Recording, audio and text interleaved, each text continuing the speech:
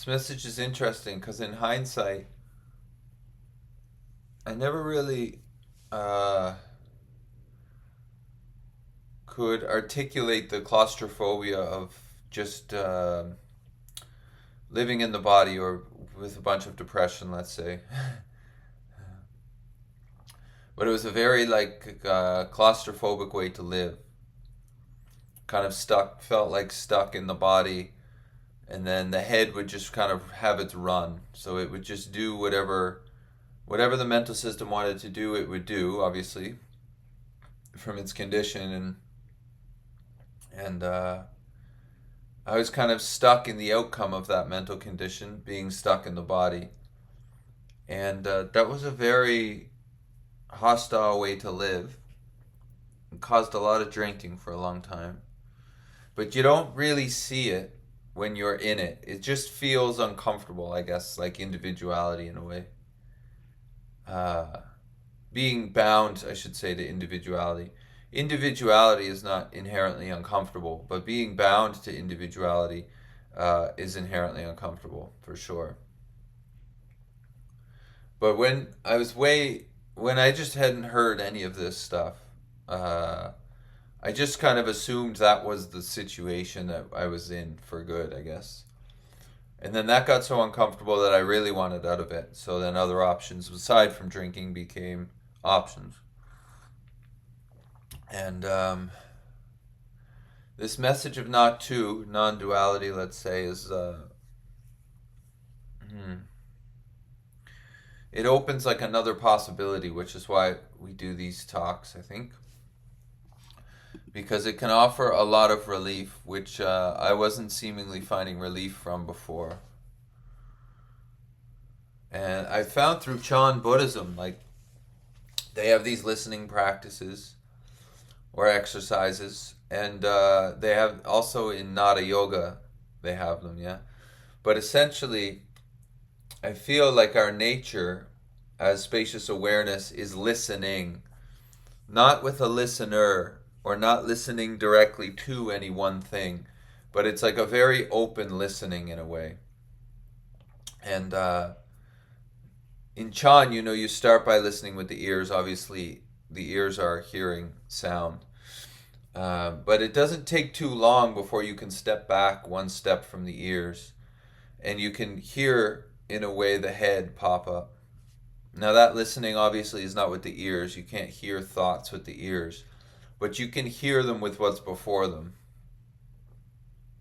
And then when your head claims that sense of doership, or I being the hearer, let's say, you can also hear that. So it's like Huang Po said, Huang Po would say, what is being perceived is not what is perceiving, yes? So what is being heard is not what is hearing, essentially.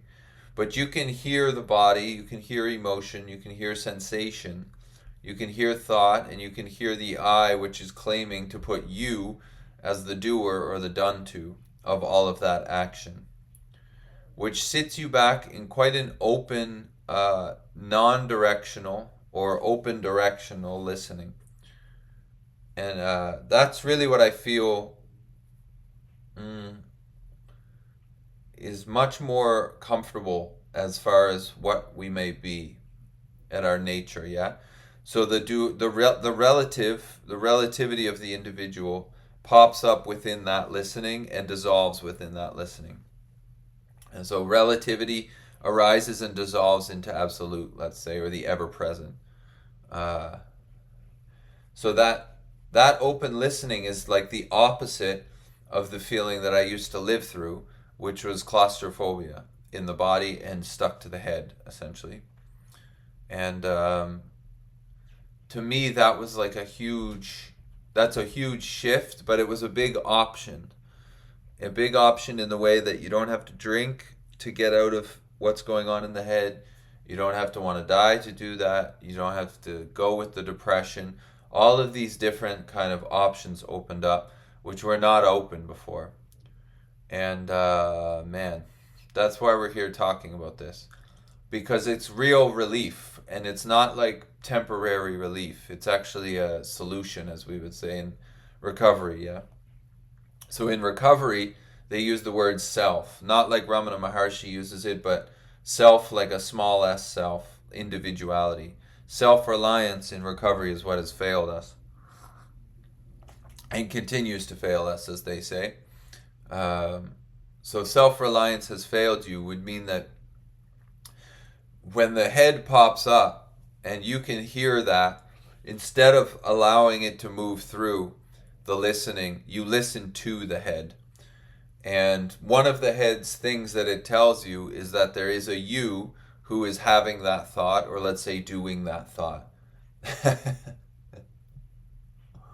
That would be the bondage of self.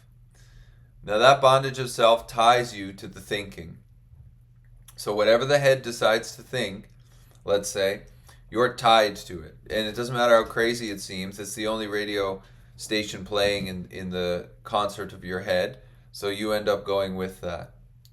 Because you don't see that you're listening to, you're the listening. You're not the listener. Because the head will put you there as the listener who's listening to the head. And then you're bound to what the head says. And the head is going to put you there as the one who did that thought. And that would be a false accusation. But if you feel you did that thought, then you're going to go with that thought. Or you're going to try to fight against that thought, which would be giving that thought a lot of credit that it doesn't have. So there's a listening in a way, which is very open and not grabbing onto things. And then there's a listening to, which is grabbing onto everything. Including the thinking and the idea of you, the being the subject, yeah.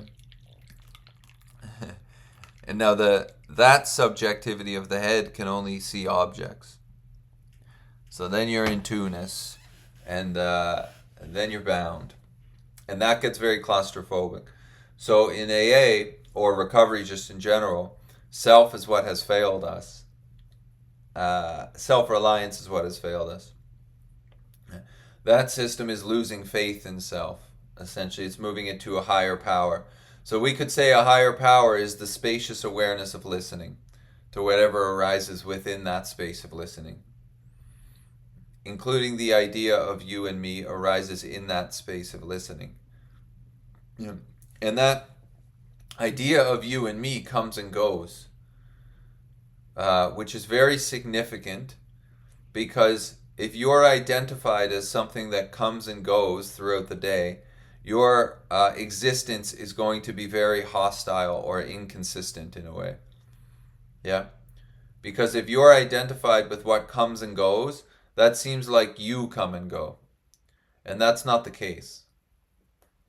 You would be that ever-present listening, noticing what comes and goes through.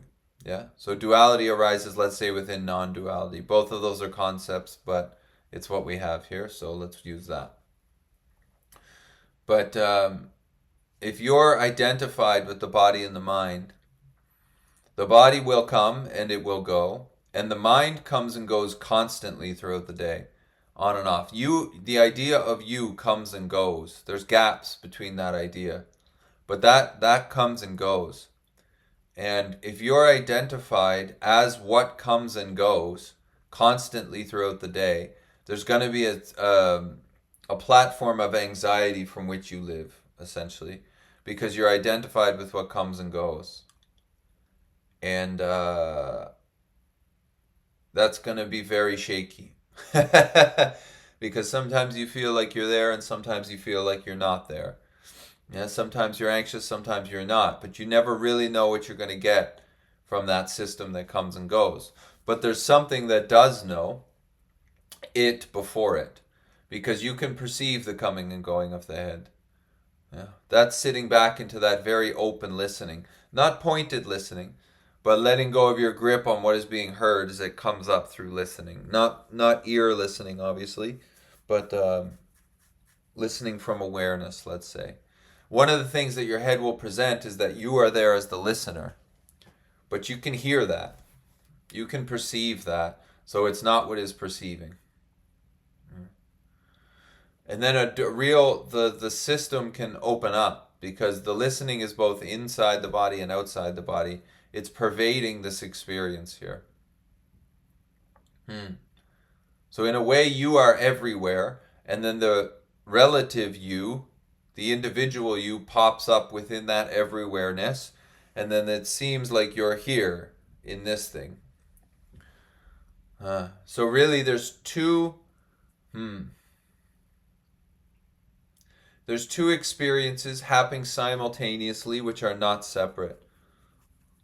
There's an open space of listening, and then there's the idea of you popping up as this body, which would put you in a location in space.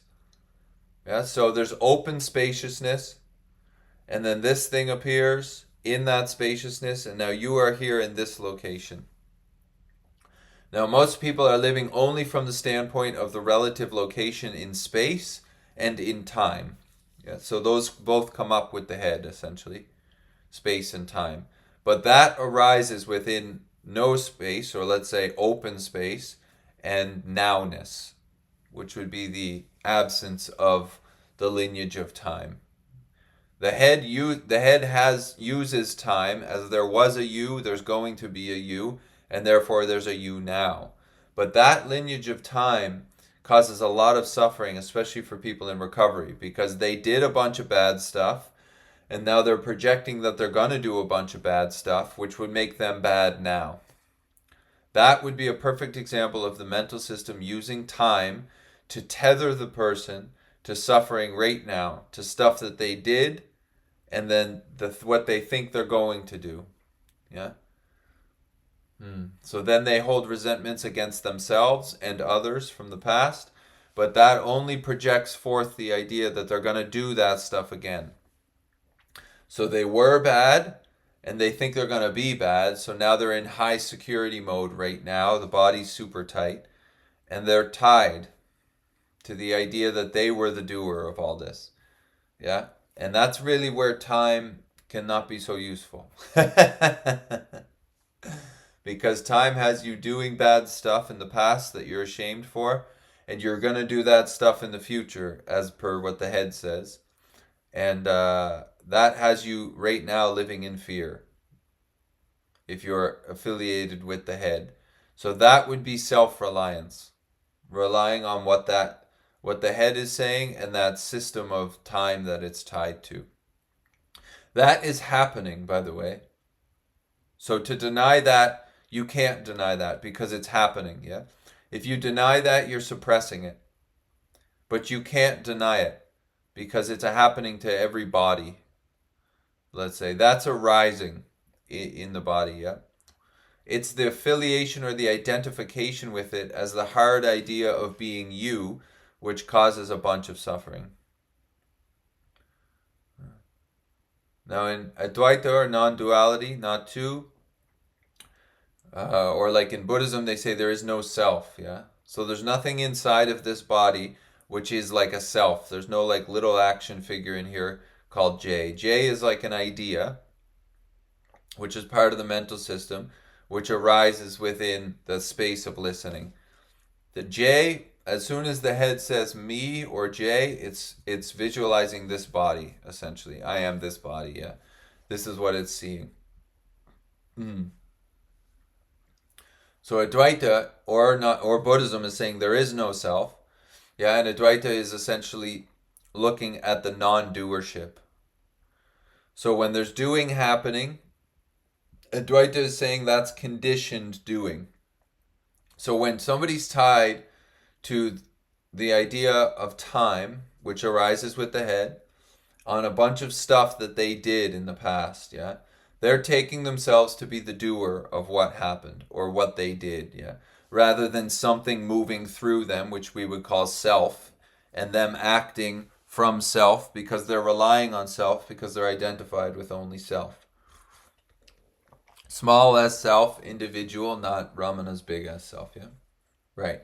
So then they're now super shameful and living in fear that they're going to do the same things, and they're beating themselves up on what they did in the past. But Buddhism says there is no self, and Advaita says there is no doer. So they're bound to what the body and mind have done from its own conditioning through their identification with it. So rather than sitting back into the listening of what they are, open space, they're sitting there as the doer, let's say the listener. And now they're tied to everything that the body and the mind has done. And they want to get out of that discomfort, so they drink or drug or whatever else. Yeah. And then they come into recovery, and recovery says, oh, self-reliance is what's failing you. You're relying on a broken system in a way, a failed system, which would be the mental system, because it's conditioned. Yeah. So the things that they do is from a conditioned place, because they're not doing them. It's conditioned.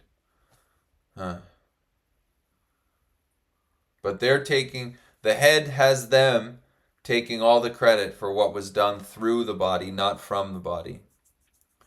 And now they can't even look at what they did because it's taken so personally.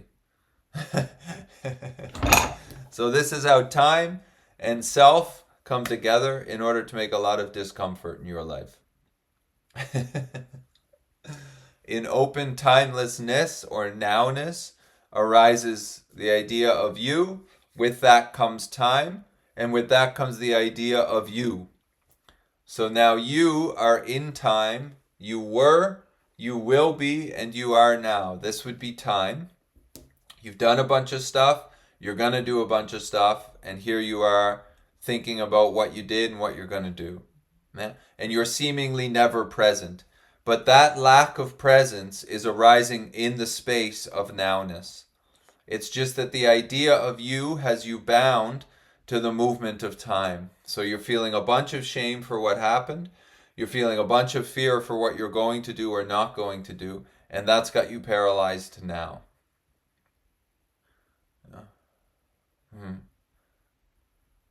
This would be like the claustrophobia I was talking about earlier. All of that, when it's referencing you or me, it's referencing the body. So essentially you feel stuck in the body, which is exactly where I ended up. And then spirituality, for I guess lack of a better term, presents a lot of ideas like you're going to purify this system of small s self to a point where it's going to be ethereal. And it's a dualistic system. So it's only can go so far, yeah? It's of two-ness, and you are not of two-ness. So the freedom is not as this system, it's from this system. And that's really what has worked best. So that's why we share this here. Because I spent a lot of time trying to purify the body and the mind, to see non-judgmentally, to see compassionately. And then as soon as it did what it is supposed to do, which is judge and discern things, I was taking it that I was failing. Because I was still identifying with it as what I am, essentially. So it was a lack of seeing, or a misunderstanding of seeing how it's conditioned and why it sees the way it does. And rather than negating it, I was affirming that I was that thing and then trying to improve it, and that failed. Essentially, I was trying to make a system that's bound to time, timeless, and you can't do that. It's not going to stop. The body and mind are affiliated with time. Yeah, they arise with time. They're actually the creators of the whole thing, so they're definitely not going to kill it. But you can sit back into the timelessness in which that time-bound system arises. Because that's true. Because that time-bound system is non-existent in many ways. It's not independent. It doesn't. The head will tell you it's independent, but it's not independent. It's not independent. It's relative, meaning relational with everything else. Yeah. So I like the listening thing because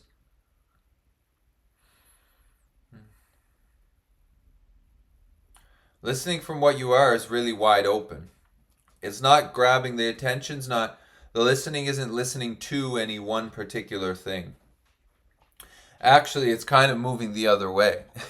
This would be negation or self inquiry. Whatever can be heard is not what is hearing. Whatever can be perceived is not what is perceiving. Mm-hmm.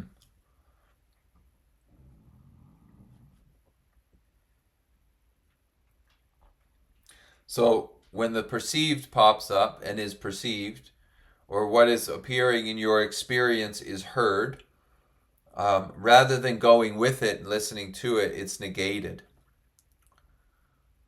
because it can be heard, so it's not the hearing. Yeah, and your head will present you as the hearer for sure, because that's what the head does. Yeah, it presents itself as essentially the individual point, the hearer, and well, to see that you're not that you sit before it and you don't have to grab onto that is a there's a lot of options presented there. Because the head only gives you really one option. Yeah, you are this thing, and whatever this thing is going on, you have to try to change or better or something, and it's conditioned. There's no doer, so you can't undo it. Yeah, it can change by losing faith in it, but in my experience, trying to change it as it doesn't work. It's like self can't get out of self, as they say in recovery. Individuality can't get out of individuality. But you sit disentangled from it as the listening, the space, let's say, from which through which all of it moves, and that to me really worked. So then the time-based stuff can come up, the ideas, the memories, the perceptions, the interpretations can arise, but you don't have to go with them because they move through the space of listening without disturbing that space of listening, essentially. So that puts you in a very baseline duality, still space, and then contents moving through that space would be kind of the baseline duality. The thing is, from language, that seems like a duality, or from the head, that seems like a duality. But when you sit into what you are, which is that open space, whatever arises within that space is not separate because it cannot exist without that space. That's why they say everything is consciousness. So really, there is nothing exists without that space of listening or consciousness, let's say, or what lies right before that. But so it's not a experience. I don't know is the right word. Whatever. It's not an experience of two-ness, essentially. It's a whole experience of wholeness would be the word. Complete, maybe. Uh, like everything's included, nothing's wasted. And then if you look at the story of your mental system, it's pretty much the opposite of that. There's a bunch of stuff wasted. You have to do a bunch of stuff. You are this, you're bad, you're good, whatever. Yeah, there's a bunch of terrible things out there in the world and whatnot. It's like a completely different story from the mental system than sitting in listening. Yeah, and the body gets real tight. In individuality, the body gets very, very tight for sure.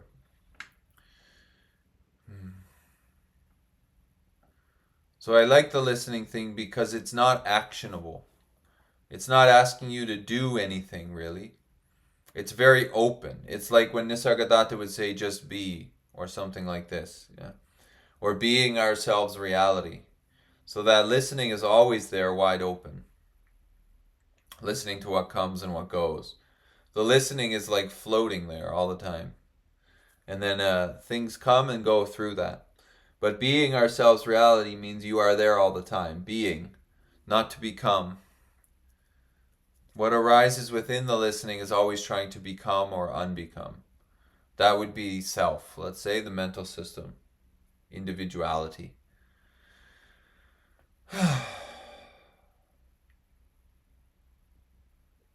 Mm-hmm. So listening is nice because it's there's not a ton of action. There's not a lot of outgoings, as they would say in Buddhism. It's just incomings, yeah, and that steps back, more subtle, until you see what you think you are, which would be the body and the sense of me, can be heard. And that means you are before them, essentially, if you hear them. They come and go through something, otherwise you wouldn't be able to hear them. Not from the hearer, but hearing. And not listening to that sense of I, but hearing it. Yeah. So listening and listening to would be different things. You can hear the head judge you, and then if you listen to that head, now you're stuck in the idea of being the one who is judging you. And then the only option for you is to try to get out of that. But when you try to get out of it, you're trying to get out of it as it. And judgment can't get out of judgment the same way self can't get out of self. No? Self cannot get out of self. So if you go to meditation retreat and you walk in with self, you're walking out with self, but now you're a meditated self, quote unquote, which is even more bondage. You're still associated with self. Yeah. Self is really what's going to meditate. Self is going to the retreat. Self is doing all of this stuff. And when you're identified with it, you're on it. You're on the quote unquote noble path. But that noble path is bondage. Handcuffs, which are gold, are still handcuffs. There we go. If you have any questions or something, please let me know, yeah? I'm happy questions can help direct some things. If you have any questions about recovery or what we're talking about, whatever we're talking about.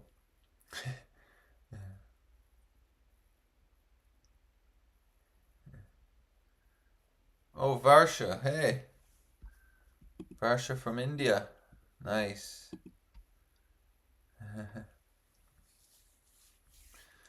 Right.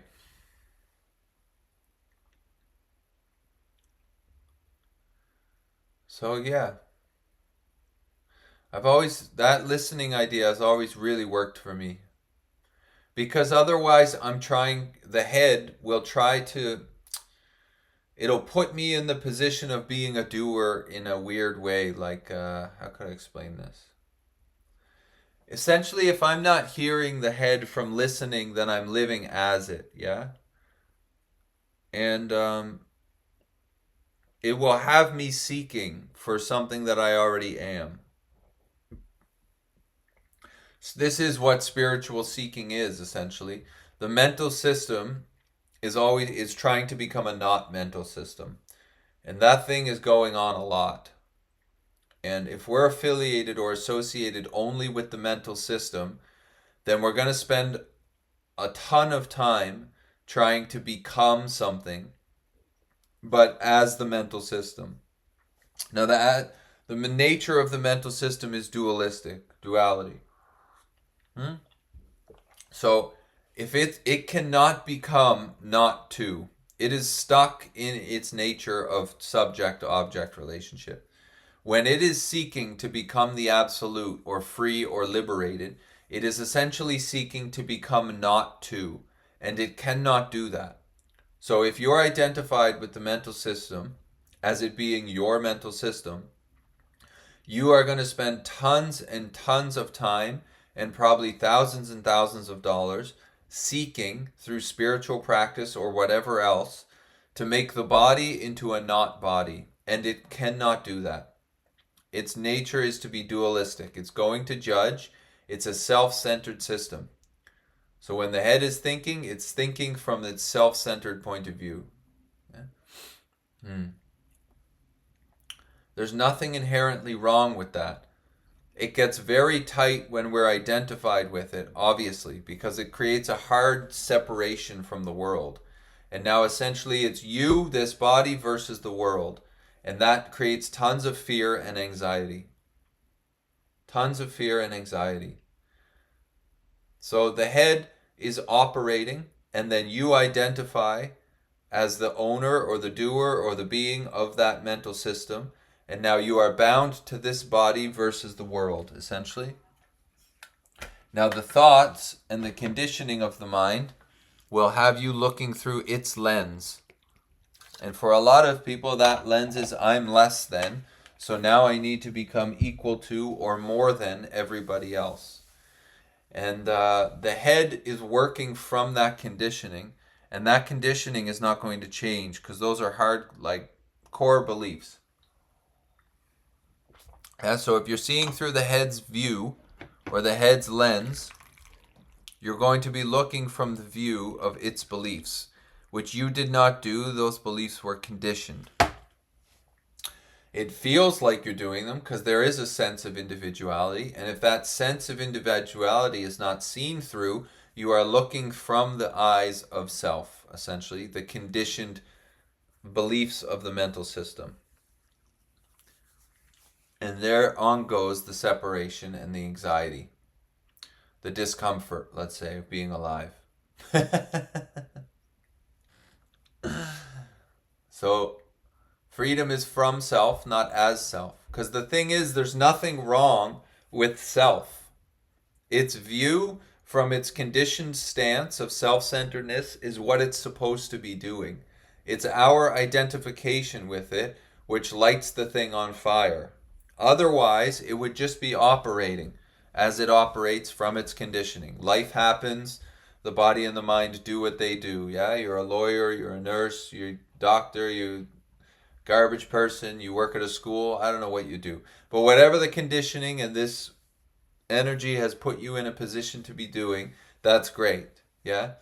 And then we identify with it, and then it gets like a super self-centered, and that becomes very uncomfortable, and then there's a want to change it, and herein lies spirituality in all of its insanity in many ways. Huh?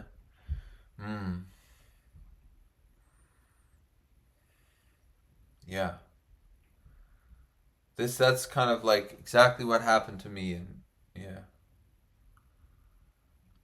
So to inquire into who is the one who owns or does this would be very important, because if we're identified as only the mental system, we're seeing essentially through its conditioned lens, and it is interpreting, and most of the time misinterpreting, everything that's arising from it. So it's taking life and it's interpreting it to its own story and projecting that story to you. Doesn't matter how off that interpretation is, that's what's happening. But you are the listening, the space in which that story arises. If you listen to it through the me, or that's my thought, let's say, you go with it. Yeah. Mm-hmm. Again, it's all the choice, right? I'm not sure what you mean, Varsha. You'd have to elaborate.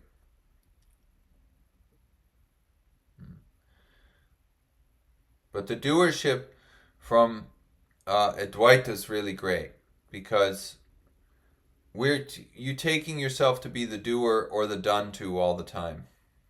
As in, like, you are in the center of everything that's happening in a way. That would be like the bondage of self.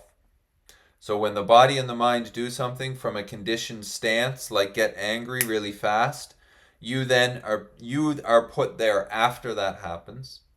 Yeah, so let's say there's a response, you get angry, system gets angry, and then the head goes, you're angry. And then you go, I'm angry. Yeah, so now you're angry at whatever. And then when the anger's over, now you feel bad for the anger. You're left essentially with the anvil of anger. Now you have to apologize for that anger, let's say, right? Because it came through this body. But the thing is, you think it came from this body, meaning that you did it. But it's a conditioned response. Ah.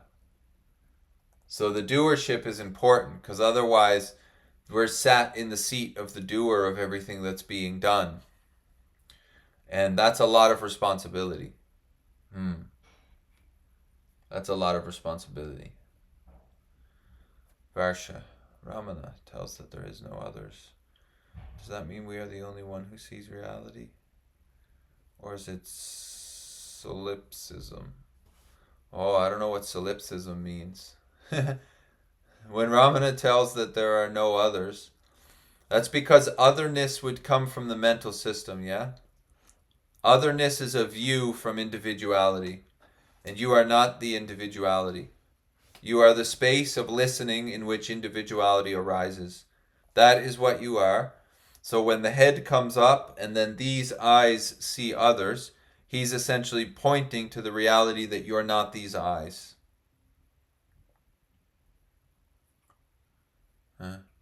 And then there are no others.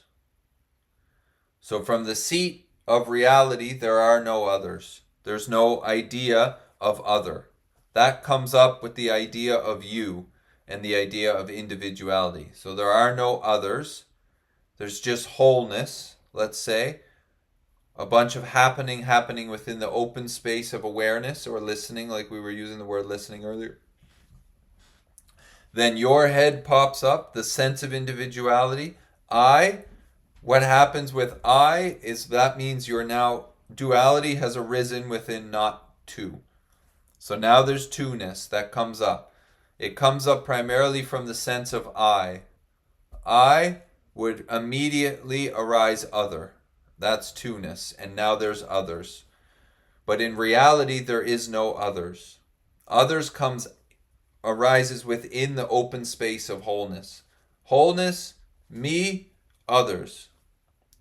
Me, others arises within a bigger space of wholeness. It's like open space of nowness, let's say timelessness, and then the head pops up or the sense of you pops up. That comes with time. Now there's time, which happens seemingly. It's not actually happening, it's an appearance, but it can't exist without the timelessness in which it arises. So that's why Ramana would say there is no others. Because from the standpoint of reality, there is no others.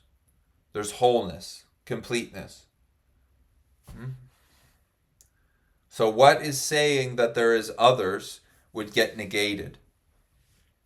Because that would not be your absolute nature, yeah?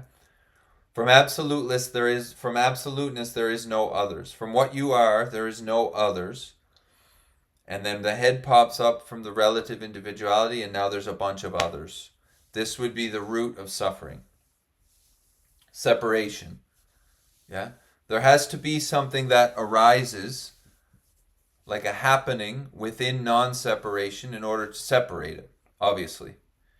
So what arises within openness is the idea of you being this body.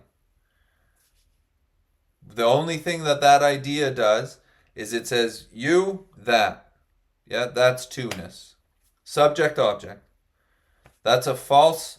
Now the head is saying that its subjectivity is the absolute.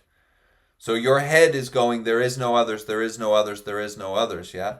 But if you're doing that, if the head is doing that, it's claiming what Ramana is saying, and it's putting itself in the seat of absolute, and that's a false God.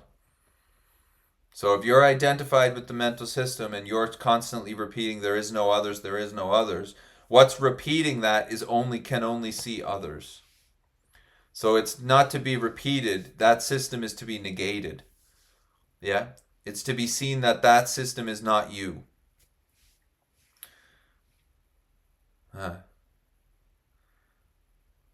Because, and then in the space of wholeness, there is no others.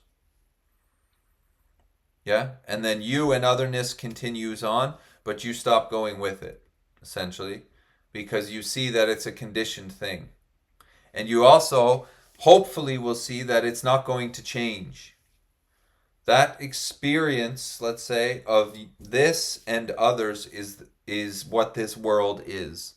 You're not going to spiritualize yourself out of that. You cannot purify the body to not see others. It's never going to happen, despite the idea that many, many, many people are trying to do that. And then they get stuck with being the failure when it doesn't work. Because it can't work. You see, they're just misidentified. But the head, when it comes back online and says others, if they're identified as it, then their system takes it as, oh, I failed again. They didn't fail. The mental system failed because it can't succeed in that regard. Yeah. The mental system can only see others. If there's a sense of individuality, there's a sense of free will, as Ramana would say. Yeah, and there is a sense of individuality arising within non-duality, let's say, for lack of better terms.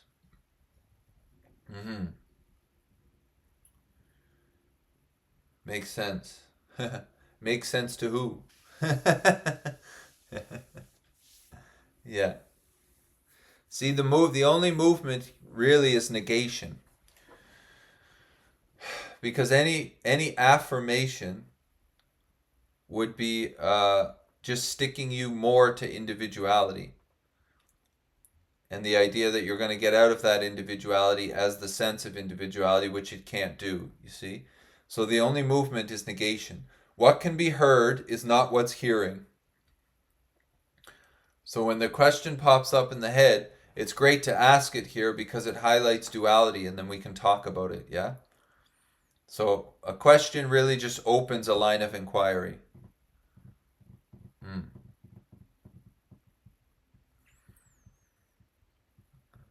Right. So the idea that there is no others comes from the absolute. As soon as it becomes an idea, there's others. This is the thing. When the head hears non-duality, it goes crazy because it tries to grab onto no concept, but your head can only know concepts. That's why that negation is the only movement. Your head can only know concepts, and not to is pointing at the non-conceptual absolute reality. So essentially, you're not going to get anything here. We can't get what we are. What the message of not to is pointing at, we cannot get because you are it. Whatever is trying to get it is not you, you see?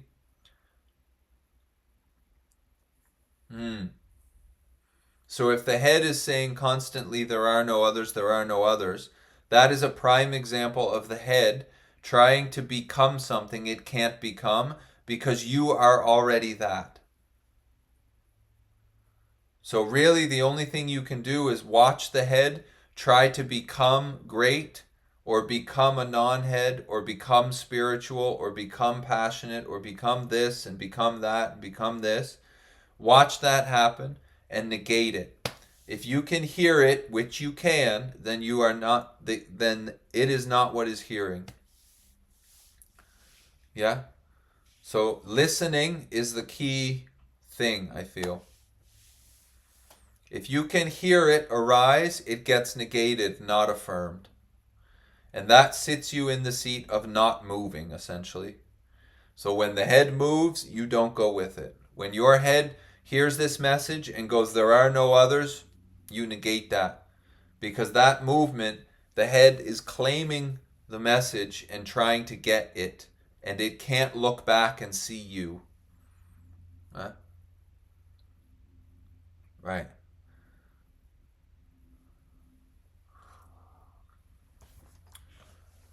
This is why the message is not like personal. So it doesn't matter what question you ask, it opens a line of inquiry for everybody.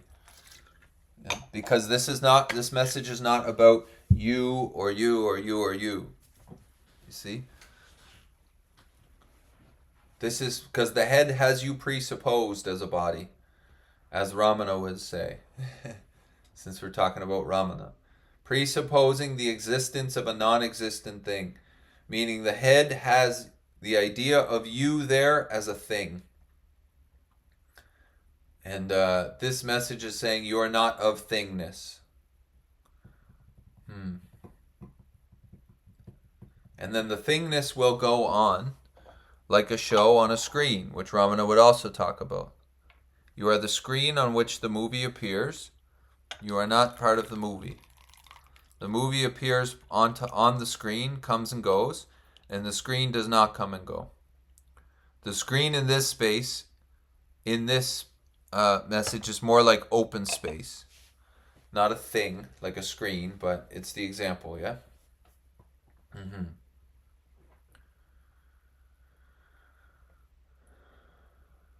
So when you hear something or read something like that, there are no others, watch the head immediately go, there are no others. Okay, I'm going to remember that. It's not going to remember that because the head cannot get that. Yeah? So really what the important thing is to see the mental system come up and go, there are no others. There are, yeah? Negate that because the head cannot get this. You and I are not going to get this. This is why the mental system often gets really fired up when it comes to this message. People will get angry and whatever. A lot of people just leave because they're like, wow, whatever. Yeah, because you can't get it. You can't grab it with the mental. And the mental system always wants to become something. It always wants to grab onto something and get something. But it never gets there. You see? You might notice that in your life. I'm going to get this job. Got it. Now I need the next job. I need 1 million. Now I need 5 million. No, more. It's just a constant system of more. That's never going to stop because the mental system always wants to get something or get out of something else. Constantly. Constantly. Meaning all of the time. The system is anxious and you are not the system. So if you're identified with that system, you're going to be anxious.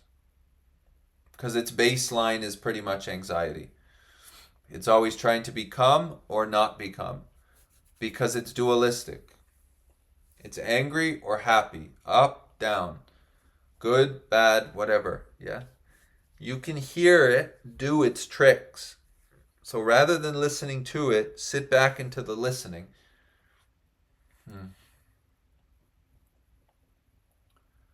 And then there's a lot of space there. And then what moves through that listening will alter. Because as soon as we identify with the mental system, it gets super fired up. It's like we pour gasoline on it. Because we're giving the mental system all of the meaning that it has. Or all of the strength that it has. Through our identification with it. And remember, it's conditioned. You're not doing the mental system. It's reacting to life through a conditioned response. And then it's saying you're there as one of its thoughts. And you're doing that response. And you're not. It's conditioned. It's conditioned. Some of the responses, all of the responses. Not some of them. There is no doer. So there is no self, yeah? Meaning that this whole life is conditioned. Which arises the question, whose life is this then? And what's my relationship to this life? Yeah. Because if I'm bound to it, it seems uncomfortable. And if I disentangle from it, which is what this message is saying, then it seems to be a lot smoother.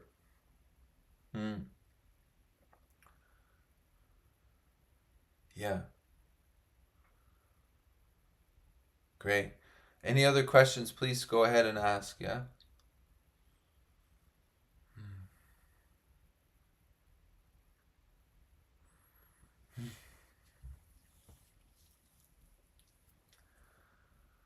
Go ahead and ask even about the 12 steps or something, because it's all comes back to the same. It's all going to arise to the same thing in a way. You can only land in one place, which is where you are already, being reality. Yeah. So there's no wasted questions, let's say. But yeah, that thing about there are no others is great because it highlights how the head will try to grab onto this. But you and I, as individual, the sense of individuality cannot get this. The mental system cannot understand what you are. That's why it's negation. It's not an affirmation. Whatever pops up, you negate that movement. You don't affirm it and go with it. Because it's trying to get somewhere that it can't get to. Yeah? And it will keep happening. So in a way, these talks, you don't get anything. You're not going to acquire knowledge here, yeah? If anything, it's going to get negated. Cut down. And then there's a lot of relief, which brings up a lot of questions, but at least from in my head it has in the past. It's like, huh, maybe me trying to understand everything is the problem. Maybe when I get involved in something with interest and attention, that thing gets very misunderstood and bound, and then I feel very uncomfortable. Yeah. And now, because the mental system's not going to stop. It's doing what it does. It tries to obtain or it tries to get away from. If you see you're not that, it keeps going because you're not doing it right now. This idea of doership is not like you're going to learn it right now and then go, oh, I'm not the doer now for the rest of my life. No, it's saying you've never been the doer. You are not the doer, nor have you been the doer. It's not like you're going to learn about the concept of doership or no self, and then you're going to go, okay, now there's no self. No, there's never been a self. So all of the doing and the craziness of the mind that you're trying to get out of, you've never been doing it. This message is just shining the light on misunderstandings, you see? It's not creating new knowledge. It's pointing out misunderstandings. When your head pops up with all of its ideas and whatever it's coming up with, you've never been the doer. You've never ever been doing that stuff. That's all conditioning. It's all conditioned thoughts and responses, memories, perceptions, interpretations. Huh? So it's not like you're going to see you're not the doer and it's all going to stop. Because you're not doing it. Yeah? You're going to see that you're not the doer, and then when it does, you're not going to go with it. And then it might stop doing less because you're not putting so much weight into it, but there's happening that's going to happen. Because that's what's always been happening. Don't you ever notice sometimes you sit down somewhere and you're like, how did I end up here in this place in life? Yeah. In a way, that's a great question. How did you end up here? How did you end up in this thing that led to this thing that put you here and then you ended up there, yeah? You could have never figured out that route because you're not the doer of it. Huh? The head was conditioned, it made certain decisions based on that conditioning, and now you've ended up here. And then it will make other decisions based on that conditioning, and that will go here. And then there, and then some days you're like, wow, how did I end up here? Ah, you were led by something, let's say. Yeah.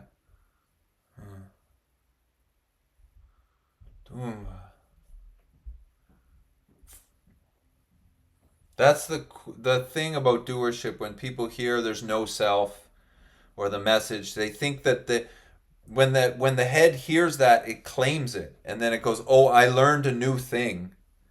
Yeah, the head goes, oh, I learned a new thing. There is no self. Now there's no self. No, there's never been a self. There's never been a doer. So there was an understanding that you were the doer, and then this message is pointing out that no, that's a misunderstanding. That's what it's really done for me. It's just misunderstanding after misunderstanding, pretty much. Wow. And then you can sit back in the seat of like, maybe I don't really know anything that's going on. So maybe I should stop trying to control everything. Questions. Then the mind is making decisions or it's just happening? Both. The mind is making decisions, but you're not the doer of those decisions. Those decisions are based on conditioning. Yeah. Next time you think about going out to eat somewhere, this is in a book called from Ramesh called Who Cares? But think about how the head came to the decision of where you're going to go to eat, essentially. Yeah, because the body's conditioned to like certain types of food. It likes certain things that it sees. Yeah. And you might hear of a restaurant from a friend 2 weeks ago, and then something clicks in the head at some point, I'm going to go out to eat. You remember that. That would be conditioned response to what your friend says. You look it up, And then you notice, oh yeah, I like Belgian food or something, whatever the thing is. And then you end up there, yeah. See how much you did or how much was based on conditioning. So decisions are being made, happening is happening, but there's no doer thereof. Our mind creates thoughts. It's up to us to decide if we attach or not. But the attaching or not would be also not your doing. What attaches to thoughts or doesn't attach to thoughts is not you. That's still identification with self. Because when a thought comes up, the idea that you're going to attach to it or not would put you in the seat of self or I. Yeah? You are not that I. So when your mind creates thoughts, try not to attach to them. And what is that but attachment to that thought? Yeah? So that thought gets negated, and the one who thinks that they're going to attach or not also gets negated, because that's another thought referencing the first thought.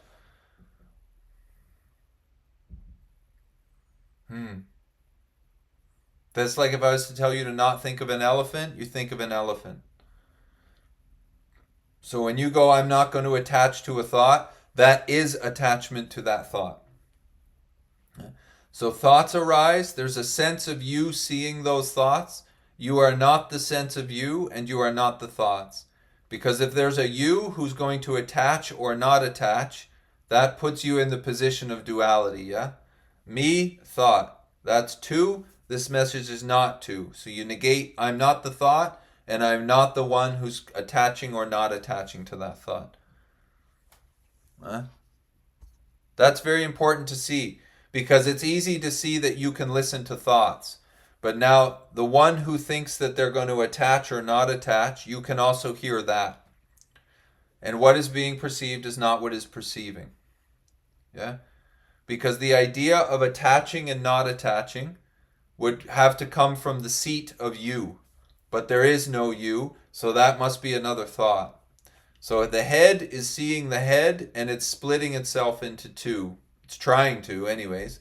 And it's appearing to you as thought and me. And that gives you the idea that now you have a choice with that thought.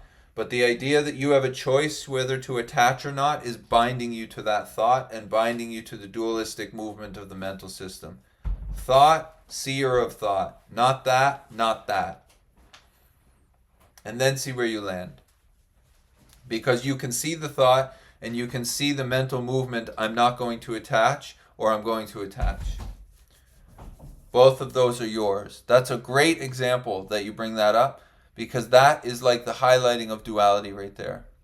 If you feel that you're the decider of what you're going to attach to and not, that ain't you. Yeah, that's conditioning, because it puts you into the choice of good thought, bad thought. So you're thrown back into the world, and then you're going to, of duality, and then you're going to try to manipulate what thoughts you attach to and what ones you let go of, and that is going to cause a lot of bondage for you, as far as this message is concerned. You can sit in the seat of being the one who attaches to this one and doesn't attach to that one, but that doesn't work for me. It hasn't worked for me. Personally, it doesn't work, because you're still in the choosing seat, you see. And if there's stuck in that duality, you're going to be trying to change thoughts and trying to attach and not attach, and it's going to get very muddy. And you're seemingly not going to sit into the relief of not to, because you're in that bondage. So the inquiry would be in who is the one who's trying to attach to and not attach to. That would be the real inquiry there. Who is the one that thinks they're attaching, and who is the one who thinks they're not attaching? Because the quality of thought is pretty irrelevant. The inquiry is really who. Who is the one it arises to? Yeah, the thought then is me. You can perceive that me, which means it's not what is perceiving. You see, the idea of me or I is taking itself to be the absolute. So when your head says me or my, it's putting itself in the seat of God, essentially. And then it's going to perceive what's good and what's bad. I'm going to attach to that thought. I'm going to not attach to that thought. But that seat of me-ness, making that decision, is a false God, as Ramana would say. And in recovery, they say you have to stop playing God, which means you have to give up on that thing because it's got you super bound. Because the head is taking itself to be the absolute, despite the fact that it's relative. And that's very important to see that movement. If not, it doesn't sit far back enough for you to disentangle from that sense. And then you're listening you're listening to the head, which is trying to decide between these thoughts. And man, that is bondage. That is a perfect example in very many ways. So it's good you bring that up. Yeah, if you feel that you're there as the decider of what thoughts you're going to go with and what thoughts you're not going to go with, yeah, see how long that lasts as far as relief, the quality of relief is concerned. Because you're not doing those thoughts, so when you try to change them, they ain't going to change. They change by our loss of faith in them as being what we are.